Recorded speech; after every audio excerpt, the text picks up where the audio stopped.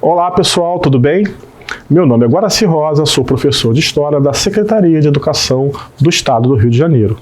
Nesta videoaula vamos conhecer a diversidade de explicações da origem da vida humana e compreender o que provocou o surgimento das primeiras cidades, desencadeado pela Revolução Neolítica. Hoje vamos conhecer as duas teorias a respeito da origem da vida humana: criacionismo e evolucionismo. Vamos também identificar a evolução da espécie humana, identificar as primeiras cidades surgidas em torno de importantes estados, entender o conceito de estado, entender o conceito de civilização. Como surgiu o ser humano? Você já fez essa pergunta? Como é que surge a vida humana? Como começou isso tudo? Essa pergunta, ela não vem de agora. E diversas explicações foram dadas por diversas religiões. Quando a religião explica o surgimento humano, o surgimento da vida humana, a isso nós chamamos de criacionismo.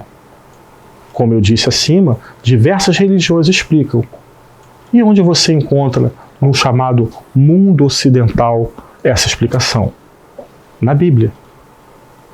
Então, o criacionismo é a explicação que você tem do surgimento da vida através das religiões. Nós temos um exemplo, outras sociedades, outros exemplos. Mas afinal, existe outra explicação? Sim. A essa outra explicação é o evolucionismo. Evolucionismo, isso vem de onde? Evolução humana? O que é evolução humana? Para você falar de evolução humana, você tem que falar de uma figura, de uma pessoa muito famosa chamada Charles Darwin, que ele é o criador da teoria da evolução. Isso é, a evolução das espécies. E nessas espécies, claro, o ser humano é o protagonista. Saiba, a teoria evolucionista parte do princípio que o homem é o resultado lento de um processo de alterações. Quando eu falo alterações, eu estou falando de mudanças. Só para lembrar, te dar um exemplo claro. Charles Darwin é acusado, por muitos de um fantasioso. Por quê? As interpretações que foram dadas às suas teorias foram muitas das vezes de forma errada. A principal interpretação errada é que dizem que Charles Darwin falou que o homem veio do macaco. Vamos quebrar essa ideia?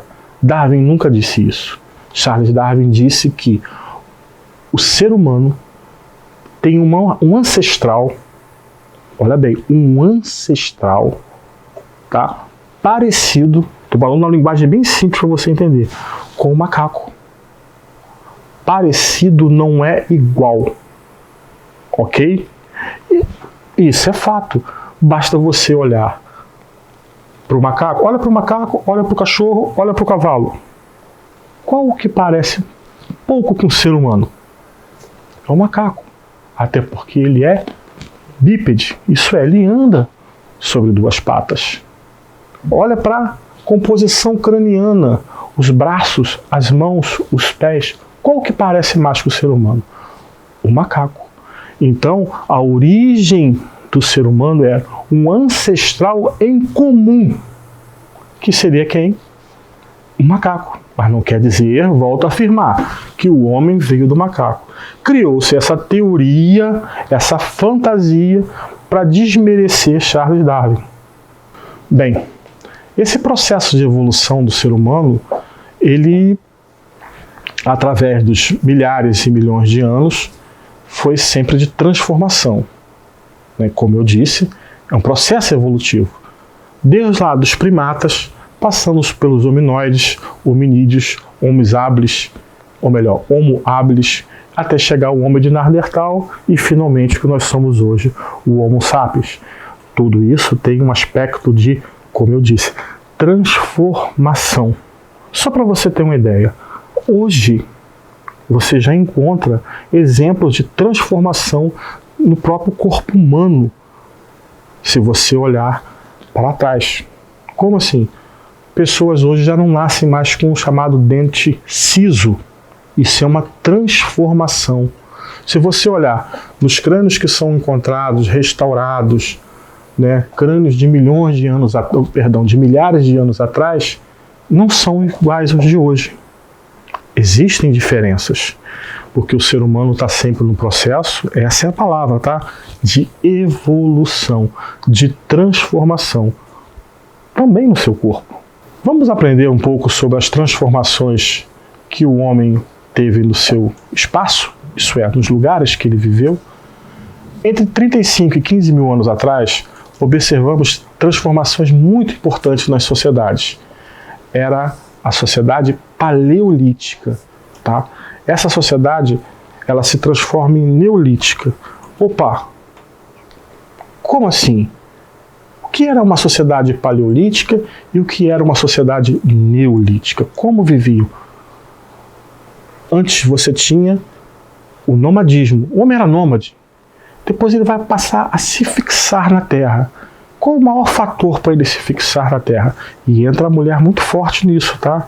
A mulher é extremamente importante para você entender a transformação nessa sociedade.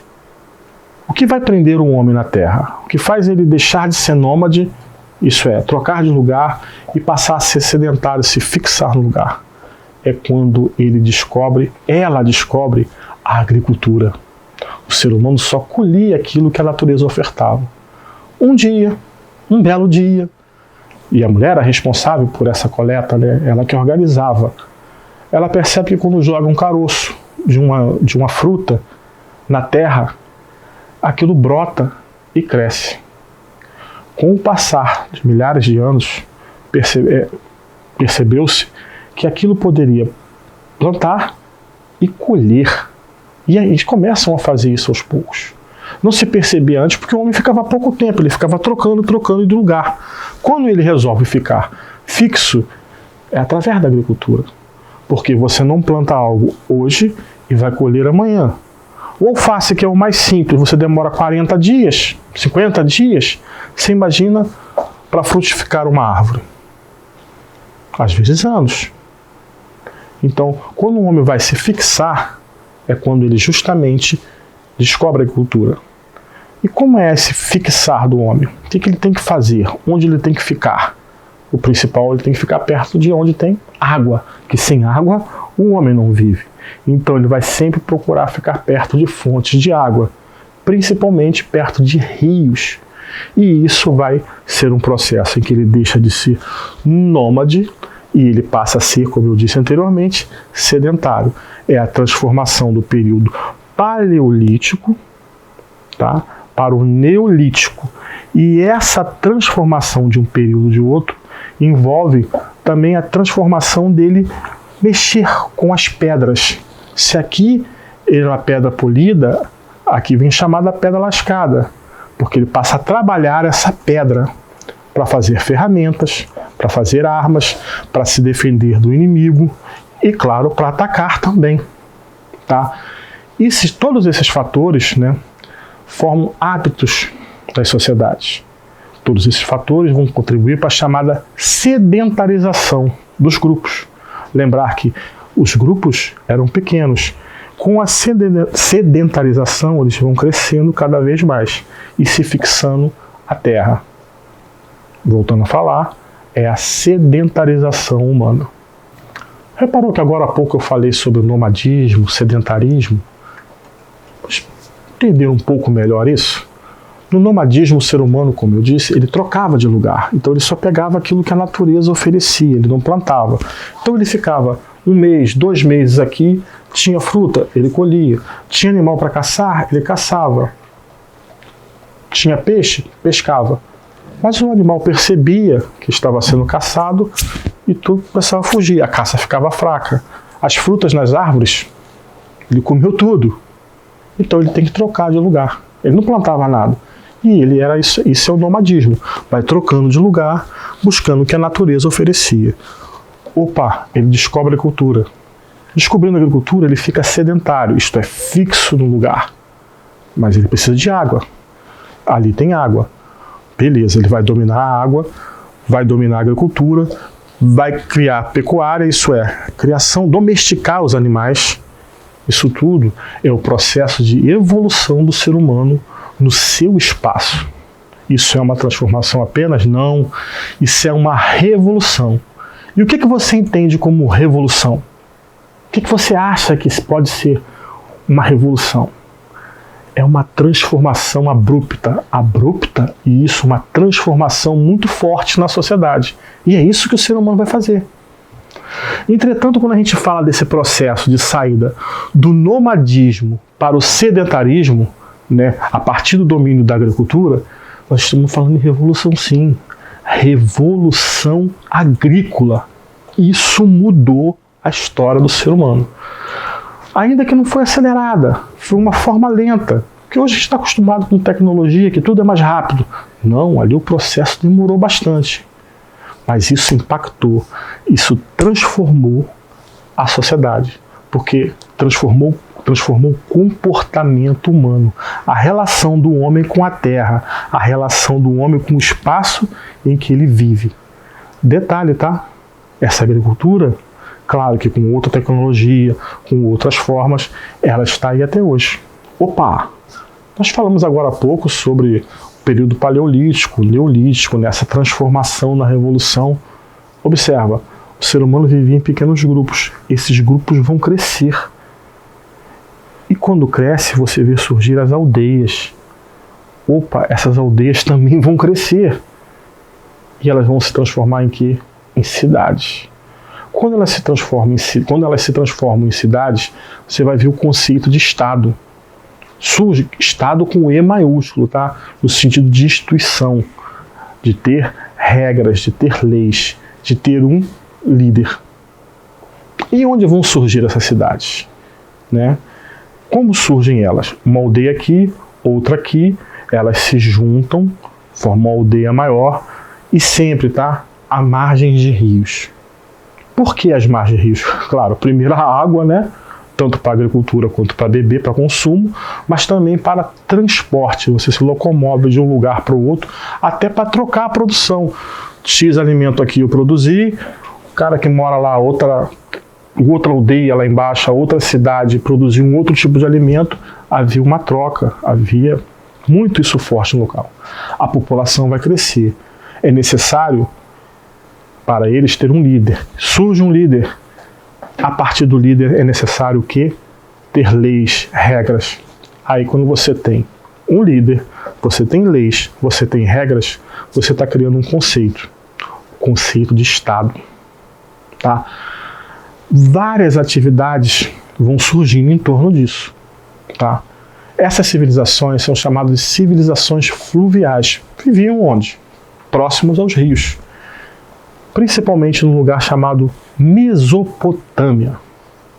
Nós estamos falando nisso, de civilizações bem antigas. Mas dessa civilização antiga que você vai entender a história do ser humano de hoje. Bem, pessoal, na aula de hoje estudamos diversas fases e conceitos estudados pela história. Esses conceitos ajudam a entender nossa atual sociedade, porque é a nossa origem, tá? Quando eu falei em revolução agrícola, surgimento da agricultura, nós dependemos da agricultura hoje, a nossa sociedade depende disso hoje. Então, quando nós vamos lá estudar o passado, estudamos esse passado e a relação desse passado com o tempo e com o espaço, para a gente entender o melhor o nosso presente. Alguns falam grosseiramente que é para entender, para prever o futuro. Não, é para construir, visualizar um futuro melhor.